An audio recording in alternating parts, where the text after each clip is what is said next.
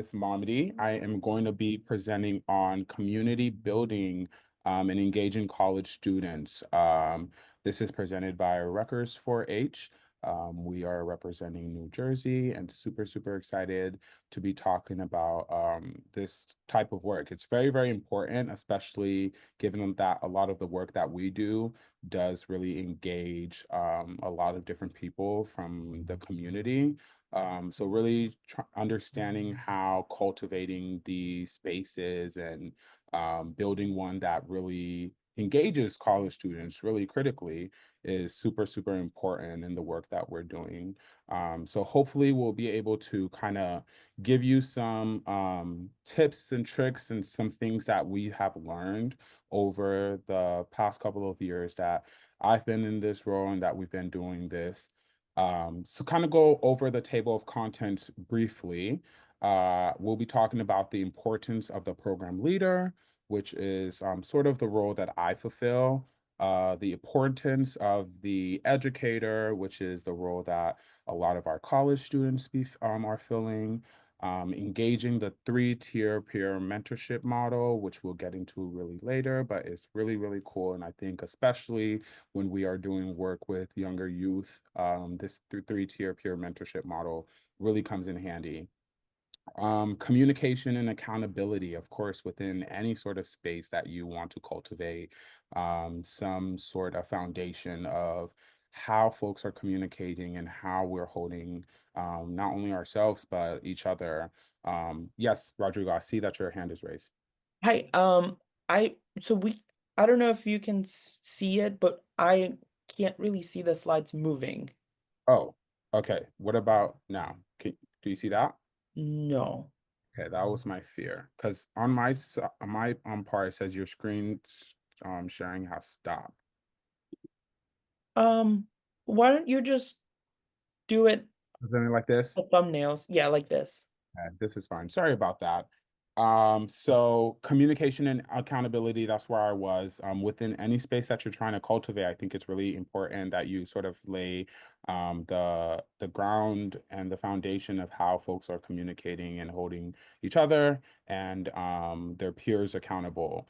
And then we'll really tackle what does community building look like on an individual level, and also on a group level as well, how we're facilitating our check-ins, celebration and appreciation.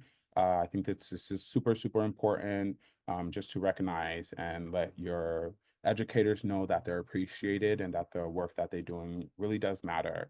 And then we'll finish it off with some logistics, sort of our training, our payment structures, and also finding space, because I know that can be very challenging as well. So the importance of the educator. Oh, I kind of do want to go back and point out this picture really quick. This picture was taken at a library at one of a program that we're doing, and the kids are working on their apps that they're doing on Keynote. And throughout the slide, you'll see more pictures of like the things that we do over here in Jersey, to hopefully sort of paint a more beautiful picture. So the importance of the program leader, the heart of an effective mentorship. Being in this role, I have really realized how central it is in creating and thriving a dynamic mentorship environment, right? This person is the central person that the you're sort of the liaison between the 4-H staff that we work with and then our educators. So this person is very central in creating an environment that the educators feel not only safe but heard. This is not limited to just managing the program, but also extends to shaping an atmosphere where educators feel valued, heard, and empowered. To kind of go over some of the responsibilities and the key responsibilities that the program leader has, modeling desired behaviors and attitude. So I like to go to the programs as well and like sometimes be there, whether it's for the entire 10 weeks or I'll stop in whenever that I have availability to, just to show our educators, like, that if like whatever behavior I want them to portray, I'm portraying it too. So I'm checking in with the kids and I'm building individual relationship with the kids. I think this is really important because then the educators sort of see that this is sort of the behavior and the modeling that like, they should be sort of implementing. And then also creating an environment where both individual and group development is encouraged. So, of course, these are college students. And some of them are coming from STEM backgrounds. So, we also want to make sure that they're getting something out of this, but then also that they're, learning from their peers as well. I always like to tell them that, like, sometimes I don't have all the answers, but your peers do, and your fellow STEM educators may have the answers to some of these things that you're asking.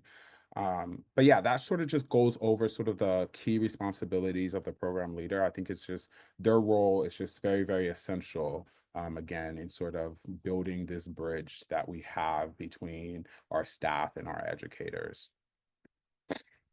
Now going to the educator, probably the most important part, right?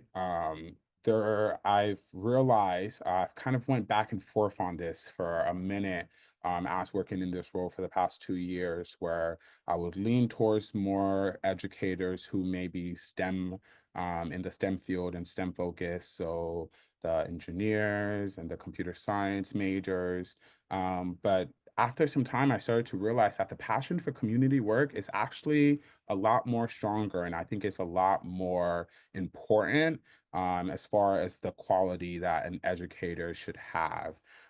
So, of course, fostering strong community ties. As you can see here, this was at a science Saturday that we had at a public school in Patterson, and we had like almost all our educators show up just because of the work that they wanted to do and the passion that they had for community work.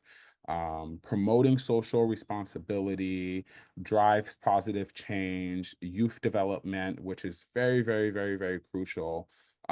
Cultivating life skills, provide mentorship, supports emotional growth. So these are some of the things that we usually like for our educators to kind of do, and then also for them to have sort of a passion for as well. So again, when it comes to community work, fostering strong community ties, an educator with a passion for community works helps build connections and strengthen supports networks for youth and their families if they're truly invested in doing the community work.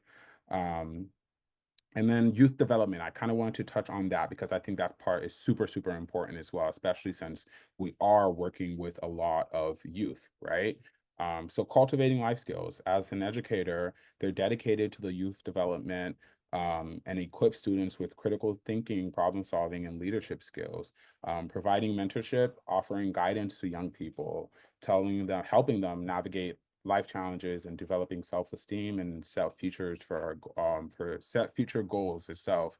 I know for our Rutgers CS 1.0 and 2.0 clubs that we will be running on Rutgers University North Campus, a lot of the time these kids build like real emotional bonds with our educators because our educators are always constantly asking them how they're doing, checking in with their parents, like they have a relationship with the parents, are invested in the overall well-being of the child as well. And I think that is just super, super important for an educator to just have that passion for community work.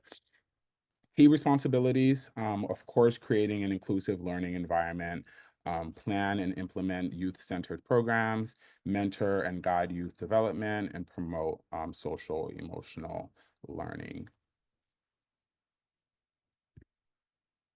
So engaging the three-tier peer mentorship model. This is a really, really cool model that we sort of have followed, and it's been working super, super well for us. And this picture actually that we have here, I think really encapsulates how much this mentorship model is so beautiful. So this little boy right here who's on his iPad, his name is Ollie, and he actually joined our computer science club um, a couple of years ago, and this was actually taken when he was presenting his app. And these three teenagers who have red shirts on are STEM ambassadors for our 4-H here in New Jersey. And funny story is, Ollie joined our CS club, and he was getting help with his app by our STEM ambassadors here. And eventually, Ollie himself went to kickoff week and became a STEM ambassador. And now we have Oliver, who is currently helping our new youth participants create apps. And I really think it's such a beautiful story to see it sort of come full circle, because I think that's where it really matters the most, right? That the work that you're doing, you implement it, not for it to just stop and be done there, but for it to, get picked up and someone else to continue that work. That is really the true essence of what community is supposed to be about. It's not supposed to be about one person. It's supposed to be about a group of people, right? So to kind of tackle that for the tier peer mentorship model, we have for each staff. So people like myself, people like Rodrigo, who are coordinating programs, providing training and support to STEM educators and the STEM ambassadors. So our educators are, again, those who sort of help and volunteer to teach at these programs, and then these educators are teach in clubs and after school programs supported by 4-H, and with help with from our STEM ambassadors who are also at these clubs, and have a more sort of peer relationship with our youth participants, so elementary and middle school youth, because sometimes we do see sort of a disconnect when we have sort of a college student in the classroom. I mean, some of them think I'm like 40, 50 years old. And I'm like, no, I'm just in college. So when we do have our STEM ambassadors there helping, it really engages that pure learning, and we see it happening and being so fruitful and beautiful.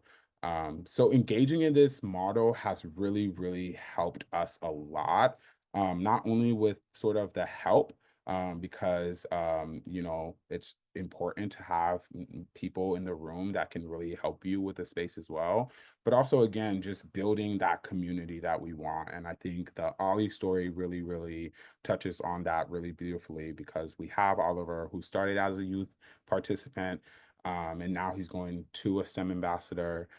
He's going to be going to high school soon and then college soon. And who knows, maybe one day he'll become a STEM educator and then a 4-H staff. So although this tier is like going down, we already see ways in which that our youth participants are engaging so much that they want it to kind of go reverse back up. And I think that's really, really beautiful. Communication and accountability. Okay, so this is a really, really big and important one as well. As a program leader, you must set clear expectations at the start of the program and maintain frequent communication to ensure that everyone is in alignment.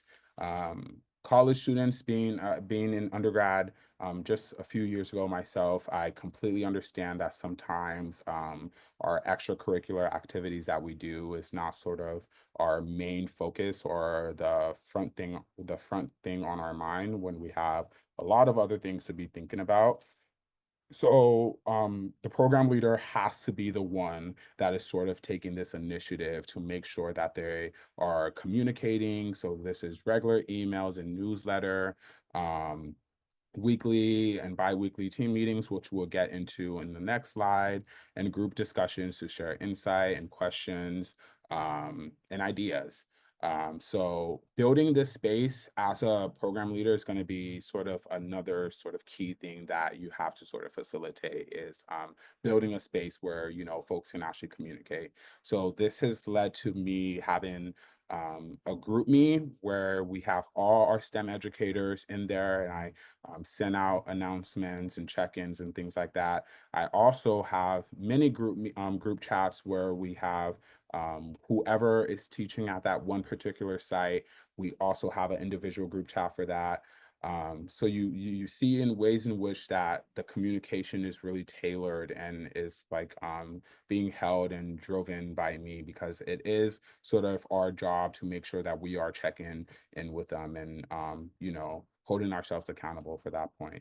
And speaking of accountability, another important part of this, right? Ensuring that everyone is on track and is responsible for the role.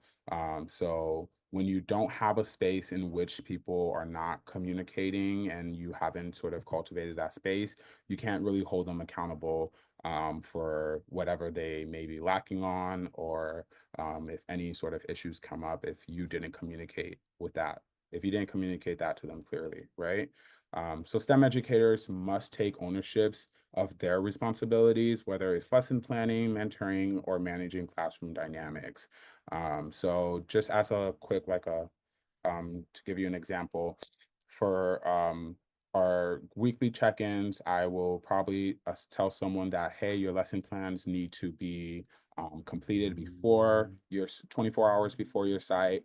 I'll state that in the meeting, but then I'll also go in afterwards in our group chat and just give notes of our meeting overview and post that into the group chat as well, just so it's again, I'm doing my part in ensuring that there's a clear line of communication. So then if it does happen for whatever reason that we see that an educator has not been turning in their lesson plan or something, we can say that, hey, we've been communicating this with you for a minute, and sort of what has been going on is you have more space to ask for accountability and make room for accountability. But if you're not really communicating with them, it's going to be hard for you to ask for accountability. Accountability should be framed as an opportunity for self-improvement rather than punitive measures. This is always super, super important. Again, just understanding that college students do have a lot going on, and not only college students, but everyone. And like, everyone has a lot going on and everyone is tired. So when you are holding a space for accountability, of course, just making sure that it is, you know, framed as, self-improvement. Community building. So kind of talking about the meeting. So we do individual check-ins and group check-ins as well. Check-ins are vital to keep the program on track and offer ongoing support to students. So the focus of the individual check-ins are just on their personal growth, right? Challenges they may have faced throughout the semester, and then mentorship development for our STEM educators. So for our individual check-ins, I always tell them that if you ever need me, please feel free to reach out. This is being stated at the end of all our meetings. But then I'm doing a mandatory individual check-in at the end of each semester when everyone has completed their program, and then just asking them, sort of the pros and cons of the programs, some things that they think they could have gotten better with, and some things that they think that they did great on, and just building this sort of more interpersonal relationship with our educators, showing them that we're actually invested and care about their overall well-being. And then group check-ins. This encourages collective reflections and collaborative problem solving. So we like to host our group check-ins every week on Fridays, where hopefully that gives everyone enough time to have a program. And then Friday evening, we'll get on a Zoom and everyone does a rose and thorn about how their program went that week, any concerns they may be having, and then what are sort of the next steps for the following week. We sort of have these group check-ins every week, and it's more of a collaborative space where even if the educators who are not teaching at this particular site may have some insight for another educator that might have worked at that site before, or might have kind of seen a problem occur in their classroom in that space. So again, these group check-ins are very vital because they're given opportunity for educators to kind of converse with each other and solve each other's problem as well. Celebration and appreciation. So, of course, we love to celebrate and appreciate our youth and our kids, but I also think this is also very important to be celebrating our educators, Celebrating the hard work and dedication of students is a powerful tool for fostering motivation and a positive program culture, honestly. The program leaders should acknowledge educators' efforts regularly through public presentations, awards, or certificates. Offering personal thank you messages is sometimes even enough. Just saying, hey, listen, I really, really appreciate you. I hope you know how much the work that you're doing is impacting the community. Being genuine about it. Again, just building that interpersonal relationship with them goes a very, very long way.